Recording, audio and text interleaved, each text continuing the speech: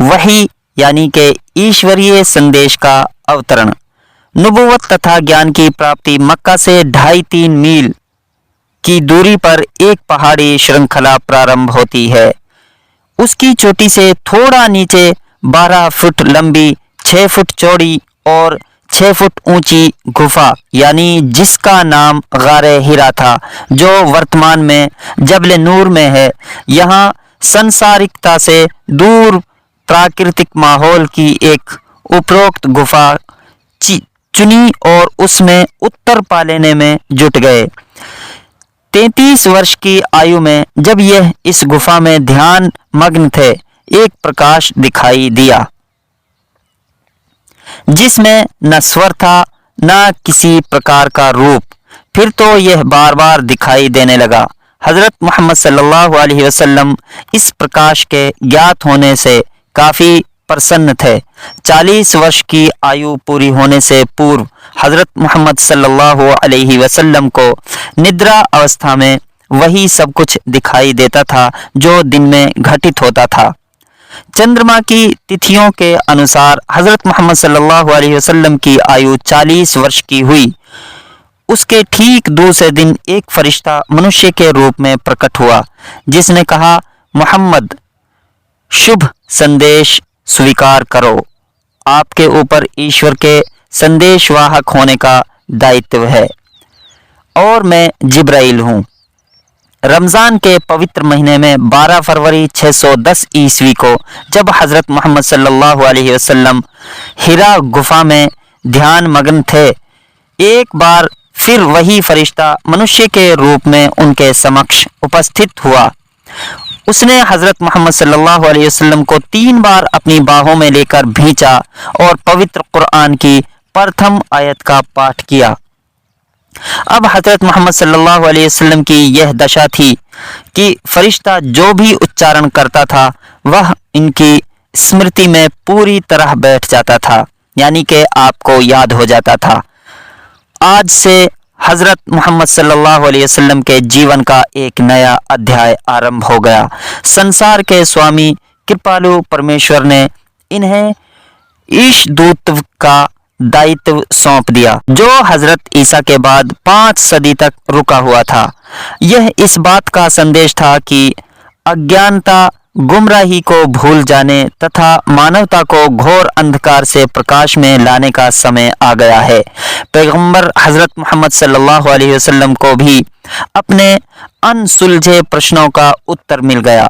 अब आप सल्लल्लाहु अलैहि वसल्लम की बेचैन आत्मा का तार ईश्वर से जुड़ गया था। एकेश्वरवाद का प्रचार प्रसार। हज़रत मोहम्मद सल्लल्लाहु अलैहि वसल्लम ने इस बात को अनुभव किया कि समाज में व्याप्त बुराइयों का निराकरण ईश्वर में आस्था, श्रद्धा, प्रेम और भय के द्वारा ही किया जा सकता है, क्योंकि जब तक किसी व्यक्ति के मन में ईश्वर के प्रति अटूट श्रद्धा और प्रेम ना हो, उसका बुराइयों से बचना असंभव है। अतः सर्वप्रथम हज़रत मोहम्मद सल्लल्लाहु अलैहि वसल्लम ने तौहीद और रिसालत का प्रचार शुरू किया, जिसका मूल मंत्र था ला इलाहा इल्लल्लाह मुहम्मदुर रसूलुल्लाह, बुखारी शरीफ। दोस्तों, याद रहे कि मूल मंत्र अगर आपसे पूछ लिया जाए तो वो ला इलाहा इल्लल्लाह मुहम्मदुर रसूलुल्लाह है। आपसे गुजारिश ये है कि आप इनमें से छोटे छोटे प्रश्न बना लें, जैसे नबी सल्लल्लाहु अलैहि वसल्लम की पहली वही के वक्त उम्र कितनी थी, कहाँ आप रुके थे, कहाँ आप इबादत करते थे और किन से शादी हुई, शादी के वक्त उनकी बीवी की उम्र कितनी थी, उन्हें कैसे पता चला कि आप सल्लल्लाहु अलैहि वसल्लम अमीन और सादिक हैं। ये तमाम चीज़ों के बारे में आप इन्हीं में से सवाल बना सकते हैं। उपदेश। आपके जो उपदेश थे वह कुछ इस प्रकार थे: ईश्वर के प्रति समर्पण, समानता, भाईचारा, सेवा, परस्पर प्रेम आदि। समाज में व्याप्त जितनी भी बुराइयां थी उनके दुष्परिणाम के बारे में लोगों को समझाते थे। नाहक खून बहाने, शराब पीने, लड़कियों को जिंदा दफन करने, जुआ, व्यभिचार आदि दुष्कर्मों से स्वयं को दूर रखने के विषय में बताते थे। विरोध तथा विरोधियों की पेशकश। मक्का वासी ऐसी घोषणाएं सुनकर गुस्से से पागल हो गए। उनका अहंकार पूर्ण रूप में सामने आ गया।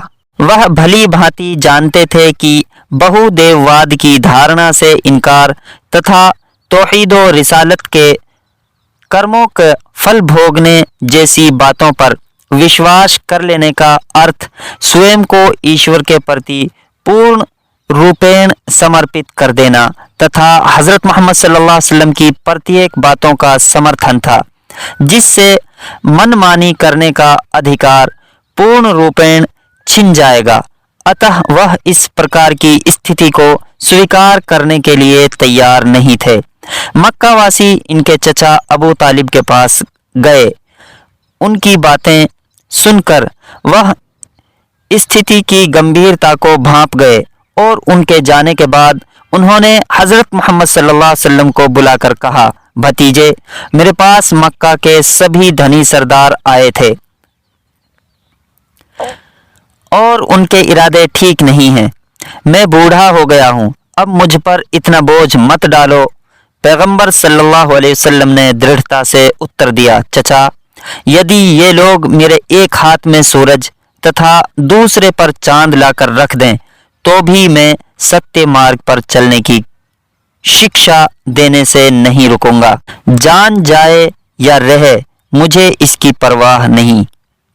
सामाजिक बहिष्कार। विरोधियों ने पैगंबर हजरत मोहम्मद सल्लल्लाहु अलैहि वसल्लम और उनके पूरे कबीले बनु हाशिम को, जो मोहम्मद सल्लल्लाहु अलैहि वसल्लम के अनुयायी न होते हुए भी उनका साथ दे रहा था, उनके सामाजिक बहिष्कार करने का निर्णय ले लिया। एक प्रतिज्ञा पत्र लिखकर पवित्र काबा में लटका दिया। पैगंबर सल्लल्लाहु अलैहि वसल्लम को अपने कबीले के साथ घाटी में कैद हो जाना पड़ा। 3 वर्ष तक पैगंबर सल्लल्लाहु अलैहि वसल्लम तथा उनके खानदान के लोग दाना पानी के लिए परेशान हो गए। घाटी में, यानी कि शेब अबी तालिब कहा जाता है इस घाटी को, घाटी में बच्चे भूख के मारे इस तरह रोते थे कि उनकी आवाज़ बाहर तक सुनाई देती थी, फिर भी उन्हें दया नहीं आती थी। अंततः प्रतिज्ञा पत्र को दीमक चाट गया और आताताइयों ने पहरे उठा लिए तो पैगंबर सल्लल्लाहु अलैहि वसल्लम बाहर आए तथा लोगों को उपदेश देना पुनः प्रारंभ कर दिया। दोस्तों, याद रहे कि शेब अबी तालिब में आप सल्लल्लाहु अलैहि वसल्लम पूरे कबीले के साथ 3 साल तक रहे, जिसमें आपको हर तरह की परेशानी हुई, यहाँ तक कि जब कुछ खाने पीने को नहीं बचा तो पेड़ के पत्ते और छाल तक खाई। गम का साल। सन 10 नबवी वर्ष में पैगंबर सल्लल्लाहु अलैहि वसल्लम के चचा अबू तालिब तथा आप सल्लल्लाहु अलैहि वसल्लम की पत्नी हजरत खदीजा रज़ियल्लाहु अन्हा का देहांत हो गया। उनके चचा के देहांत के बाद अताताइयों के हौसले बढ़ गए। मेराज।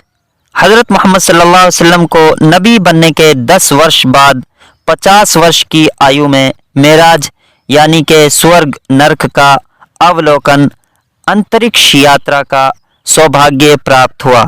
आपको मेराज में अल्लाह से हम कलामी यानी बातचीत करने का सौभाग्य भी प्राप्त हुआ।